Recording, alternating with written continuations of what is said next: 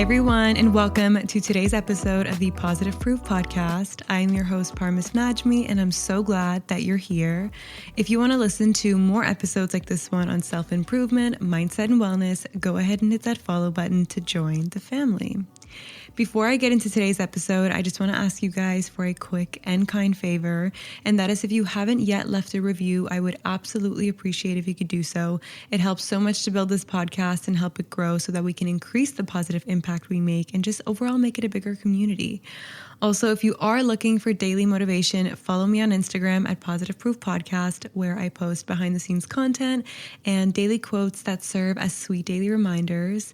And if anyone is wondering how to leave episode requests, you can actually send me your thoughts via the DM me your thoughts link in the description or via Instagram DM as well. Now, to get into today's episode, let's start with that micro moment of spotting a disconnect between someone's words and the energy behind them. That is what we call emotional intelligence in action. And the kicker? Well, most of us miss it. The Yale Center for Emotional Intelligence, I know we're getting a little scientific here, found only 36% of adults can accurately name what they're feeling in the moment. And 64% of us are basically running the latest iPhone on dial-up Wi-Fi. All the hardware, none of the signal. So why should we care? Because EQ is the hidden upgrade that makes every other life hack hackable. You want stronger relationships, clearer decision-making, better boundaries, a boss who actually gets you, or better yet, becoming the kind of boss who gets others. So emotional intelligence is the Swiss Army knife that keeps all those blades sharp. And over the next few minutes, we're going to be unpacking 5 everyday EQ muscles you can train. No meditation cushion or therapist coach required, though both are cool if that's your jam. But think of today's episode as a mini boot camp. Short bursts, high impact, zero yelling. Now, of course, it's poll time. So for Spotify listeners, I want you guys to vote down below which EQ muscle needs the most gym time. We've got self-awareness, impulse control, empathy, or social finesse. So vote now and let me know your thoughts. I'm very curious to see which one wins. Getting into the first EQ muscle, which is self-awareness. Now, self-awareness is the ability to notice what you feel while you're feeling it, like spotting a warning light on your car's dashboard before the engine actually stalls. And when you can read these inner signals, you choose your next move instead of running on autopilot. Most of us miss them because feelings show up quietly. Tight shoulders, a sudden sigh, a racing thought, until they burst out as an irritated text or a midnight worry spiral. So learning to catch the signals early turns steering your day from guesswork into clear driving. Think about the moment you wake up. If the first thought is, I'm already behind, that mood starts guiding your choices before coffee even hits the mug. A one-word check-in right there, tired, calm, nervous, excited, sounds almost childish, yet naming a feeling moves it from the alarm center of the brain to the thinking part. Suddenly, you can decide whether to tackle the heaviest task first or swap in something lighter until your energy rises. Over a week, you might notice that Tuesday mornings often come with tension because of a recurring meeting, while Friday mornings feel loose and creative. Now, armed with that pattern, you can plan brainstorming for Fridays and schedule admin work for Tuesdays. And this way, your calendar starts working with your emotions instead of against them. During the day, you can do a simple body scan to help you keep tuned in. You can set a silent phone alert around mid-morning and mid-afternoon, and when it buzzes, just pause for 10 seconds and notice your jaw, your shoulders, your chest, and your stomach. A clenched jaw could mean an email struck a nerve. A fluttery stomach could be caffeine overload. I know that one's a big one for me. Once you see the cue, answer it kindly. Stand up, breathe, stretch, or message a teammate to clear up confusion before it festers. The pause itself usually lasts less time than scrolling one social media post, yet it can save an hour of later frustration. Now, inevitably, someone will send a message that sparks an instant rush of heat. We've all been there. Neuroscientists say that hormonal surge lasts about 90 seconds, but only if you let it run its course. So the next time it happens, look away from the screen, sip water, and count slowly to 90. Feel the pulse slow and the mind settle. If calm returns, draft your reply later with a cooler head. And if the heavy feeling lingers, that is valuable data that a boundary needs to be set or a phone call is smarter than more email ping pong. Now, each night, you can also jot a single sentence before bed, such as, today I felt blank, when blank, so I blank. One line is gentle enough to keep up consistently. But after a week, the sentences reveal loops. You start to see which triggers repeat and which reactions help or hurt. And with that knowledge, you can set an earlier cutoff time for edits or add a lunch block on the calendar that cannot be booked over. See, we're taking control over our emotions.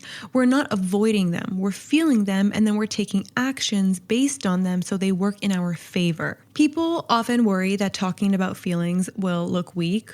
And in practice, naming a mood shows steadiness.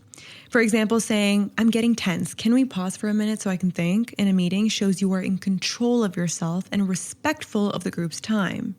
Most colleagues appreciate the honesty and often check their own state as well, which lowers the collective temperature and speeds up problem solving. Now, this is just a work example, but it can apply really anywhere. Self-awareness is not self-absorption.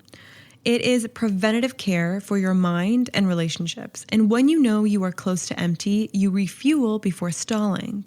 When you know you are close to boiling, you cool off before spilling anger onto people you care about. Once the seatbelt is buckled, every other part of emotional intelligence, whether it's calming yourself, understanding others, speaking clearly, all of that becomes easier. With your inner dashboard visible, you are ready to move on to self-regulation, where you turn this insight into calm action. So let's get into that. Now, while self-awareness tells you what you feel, self-regulation decides what you do with it. Think of it as the steering wheel that keeps your emotions on the road instead of letting them yank you into a ditch. Everyone feels stress, anger, or excitement, but the difference between melting down, bottling up, or staying steady is whether you can pause, direct the surge, and choose a helpful next step. For example, picture a client emailing new urgent changes at 4 p.m. on a Friday. I've certainly been there. Your stomach clenches and a hot reply jumps to your fingertips. This could have been sent days ago. But self-regulation is the moment you catch that impulse, breathe, and pick a better plan. Maybe you schedule a Monday call to clarify the scope or draft a reply that sets a clear timeline that you can keep. You still honor the feeling. Frustration is valid, but you channel it into a response that protects both your weekend and the project. Now, good regulation starts with the body, not the brain. Emotions first fire physical signals like a racing heart, tight shoulders, shallow breath, and the fastest way to calm the mind is to calm the body. A simple box breathing drill works literally anywhere you are. Inhale for 4 counts, hold for 4, exhale for 4, and hold for another 4. 2 slow rounds tells your nervous system that we're safe, and the mental fog begins to clear. Another easy reset is muscle release. Clench both fists, hold 5 seconds, release, then do the same with your shoulders and stomach.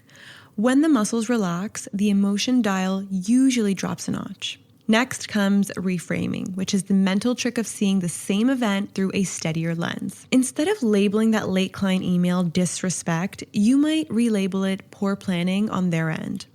The problem is still real, but the word shift moves it from a personal attack to an operational hiccup that you can solve.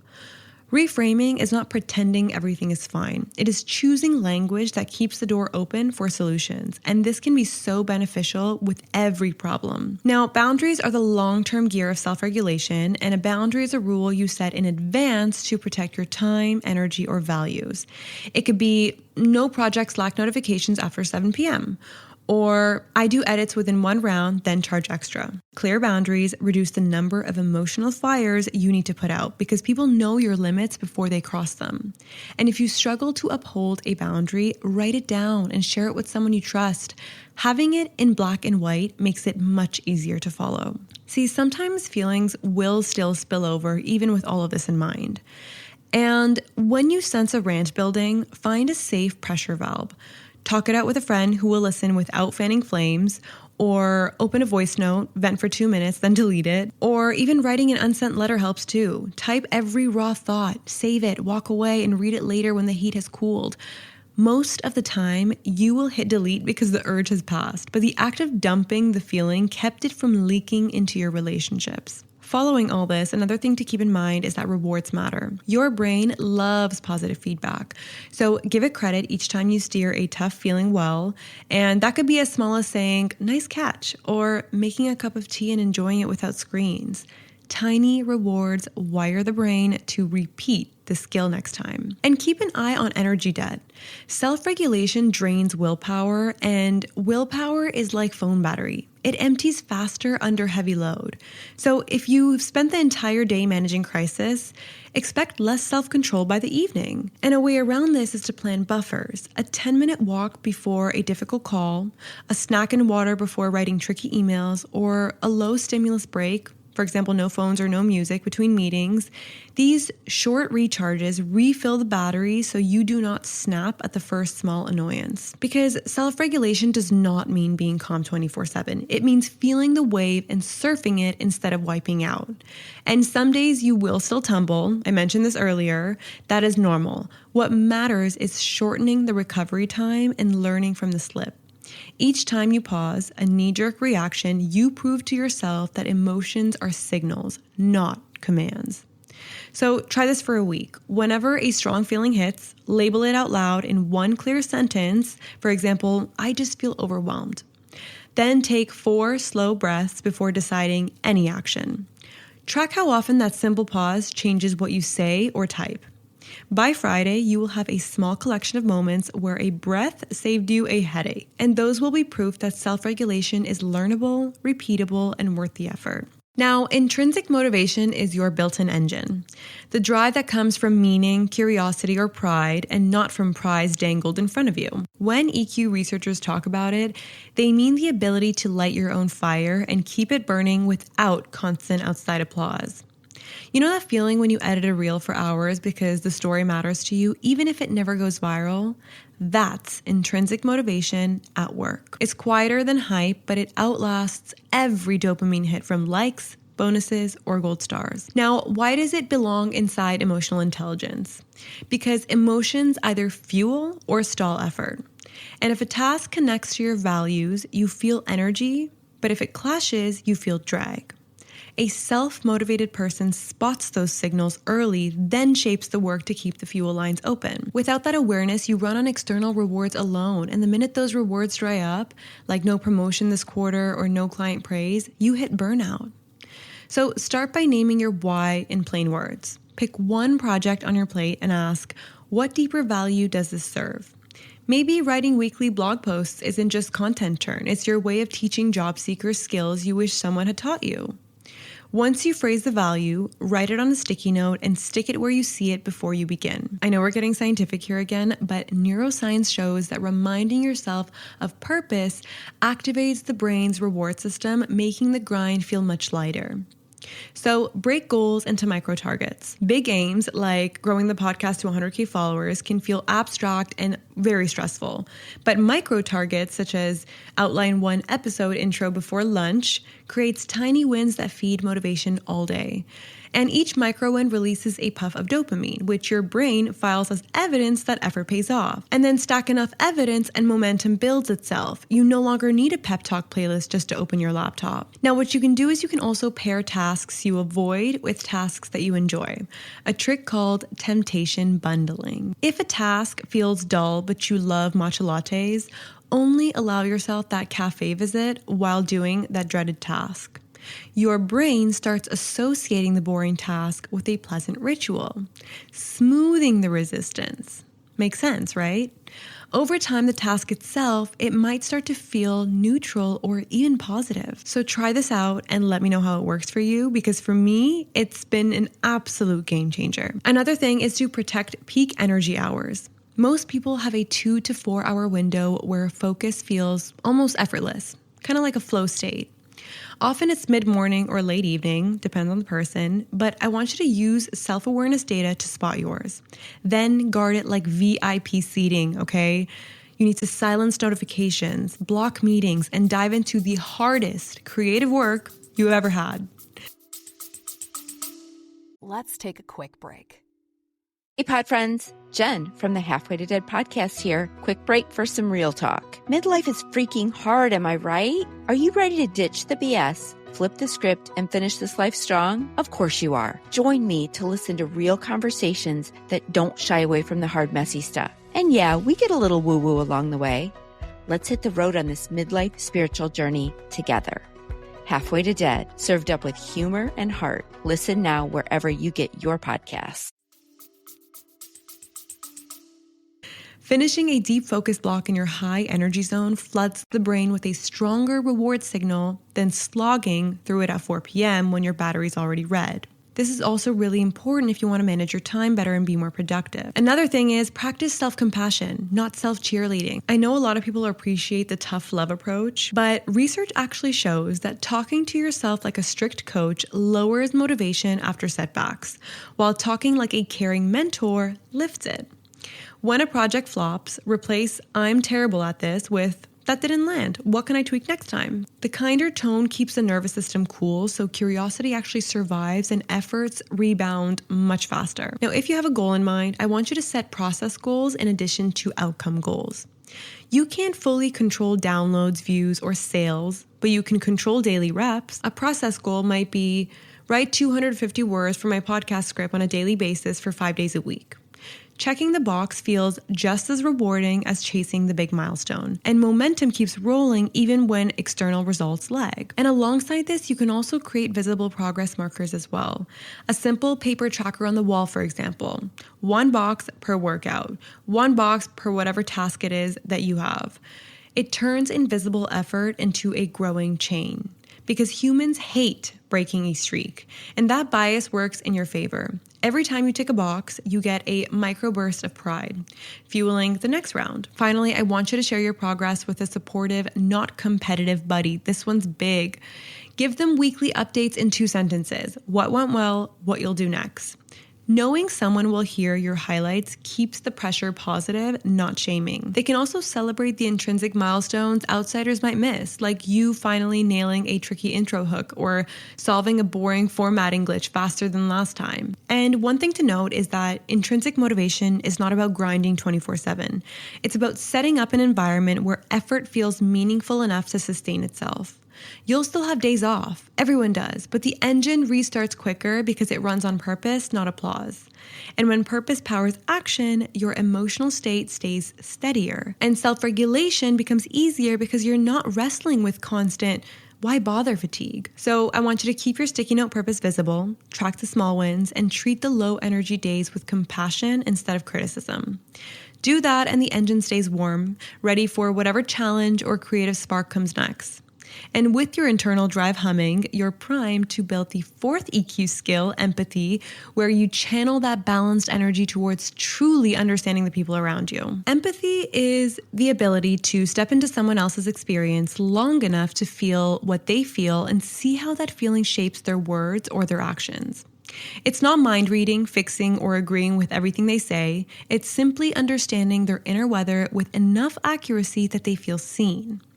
Like when a friend vents about a tough week and you reply, "That sounds heavy, you must be exhausted." You've translated their storm into clear language. Most conflicts actually cool down right there because the other person senses you are on their side of the table rather than across it. So empathy starts with quiet curiosity. While someone speaks, shift your attention from the content of the story to the emotions riding under each sentence. Notice the tone, the pace, and the word choice. Are they rushing through details or pausing on certain parts? Is the voice tight, shaky, or flat, or animated? And as you listen, keep a simple question running in the background. What might this feel like for them right now? That question alone redirects your brain from planning a reply to gathering emotional data. Body language also helps fill in the gaps. Crossed arms, pulled back shoulders, tapping the feet, or averted eyes tell you volumes without a single word. Like if a coworker insists that they're fine while their shoulders inch toward their ears, believe the shoulders more than the sentence. Reflect what you see. Like, I'm hearing you say everything's okay, but I'm also noticing you look tense. Want to talk about what's really going on? Naming the mismatch gives them permission to open up. And a lot of people actually appreciate that. Empathy also means asking clarifying questions instead of assuming.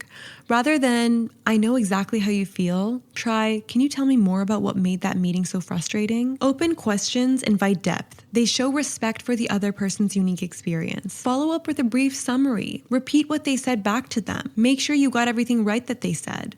Make sure you understood everything right. Psychologists call this reflective listening, and studies show it increases trust because people feel accurately mirrored. Now, validation is the next layer.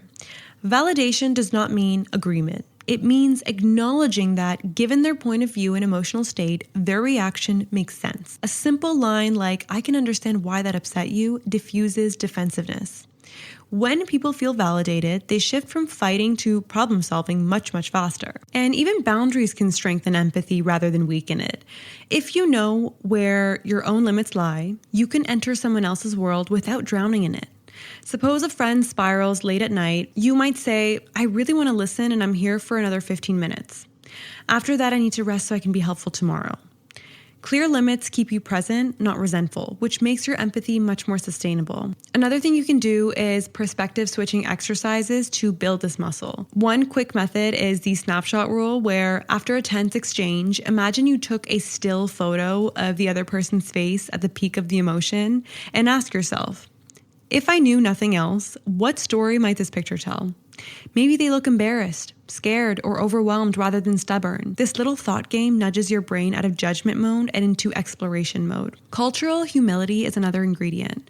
Words, gestures, or even silence carry different meanings across cultures, and if a colleague from a background unlike yours pauses before answering, they may be showing respect, not hiding something. When unsure, you can just politely ask, in my culture, we usually jump in fast. Does a pause mean you're reflecting or that you disagree? That question both signals respect and prevents misinterpretation. Now, technology adds modern wrinkles. Emojis, punctuation, and response time are the new body language of texting. A normally talkative friend who replies with one-word answers could be busy, drained, or upset. Instead of guessing, send a gentle check-in. For example, I noticed your replies were much shorter today. Is everything okay? Digital empathy is simply translating the same attentiveness into a different medium. So practice empathy in low-stake moments so it's ready for high-stake ones. Like at the cafe, guess the barista's mood from facial cues. Then test your guess with a friendly question. Or when watching a movie, pause to name what each character might be feeling. These tiny reps wire your brain to pick up emotional signals much faster. Finally, I want you to pair empathy with action when appropriate. Sometimes a listening ear is enough, other times help is needed. A forwarded job post, a meal dropped off, a quick proofread.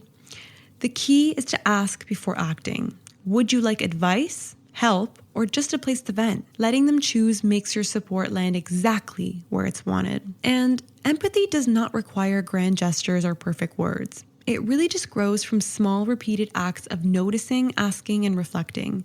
And when people around you feel understood, trust really, really deepens. Conflicts shrink, and then collaboration flows. With empathy added to self-awareness, self-regulation, and intrinsic motivation, you now have a solid inner and outer framework. You recognize your feelings, steer them, fuel your own drive, tune into others, and communicate so everyone moves forward together. I want you to take a second now and pick one small habit from today, write it on a sticky note, set a phone reminder, whatever works, and try it for the next 7 days. Watch how even one tweak can lift your mood, your work, and your closest relationships. Thank you so much for tuning in. To everyone who made it this far, I appreciate you so much, and I can't wait to chat with you again in next week's episode. Lots of love, Parmis.